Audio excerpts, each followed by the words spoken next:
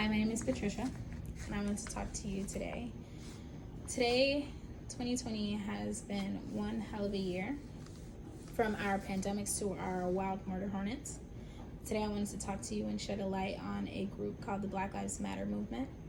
They stand for everything that is right, and I wanted to shed some light on them today. Yes, all lives do matter, but Black lives are the matters that are in danger right now. As a Black woman in America, I have experienced racism, and I want to tell you, no matter how hard you smile or how polite you try to be, someone will always dislike you for the color of your skin.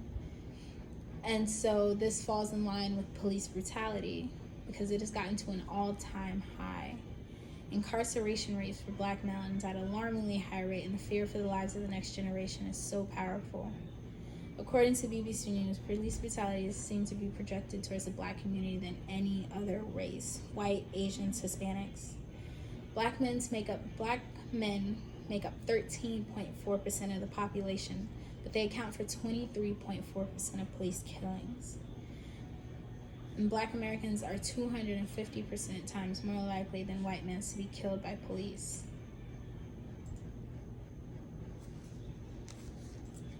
Police who are sworn to protect and serve us and should do so without prejudice. I pulled a line from their oath, which is, I will always have the courage to hold myself and others accountable for our actions. But when we get police who are claiming self-defense, especially against an unarmed person, how can we trust them? It's caused so many unnecessary deaths because I believe they receive the training necessary to disarm any assailant who comes their way, but it always ends up in death for a Black man. Go ahead, keep going. Black men also have the highest incarceration rate in the world. Yes, they make up 13% of the population, but in prison, they make up 56%. That's every other Black man you've ever known.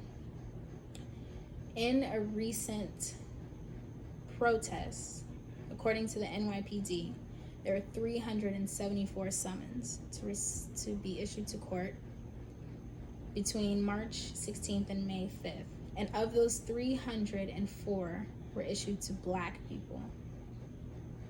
They arrested 40 people from March to May 4th for not following social distance rules. 35% of those arrests were Black males, 4% were Hispanic, and one person was white.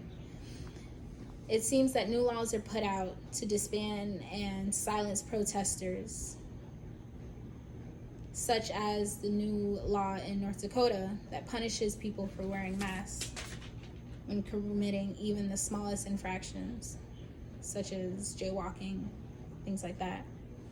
And I believe the media puts out misinformation during these protests to make it seem like the Black people are causing the riots and the noise and the loudness, when in fact, it is every race. The Black people get the blame for it. We also stand to have this fear for the next generation of Black boys and Black girls who are trying to make names for themselves in this world. We have to tell them to watch how you dress, watch how you walk, watch how you talk when you're around the police. In a recent interview in Time magazine, a lady in her third trimester feared giving birth for what would come of her Black child. After seeing 12-year-old Tamar Rice being shot in the park for playing with a toy gun, and seeing 7-year-old Anaya Stanley being shot during a raid on her home, what else is she to think? I'm just gonna say it like this. Black men and women are targeted senselessly every day by police officers who care little for the Black community, who never are held responsible for their actions.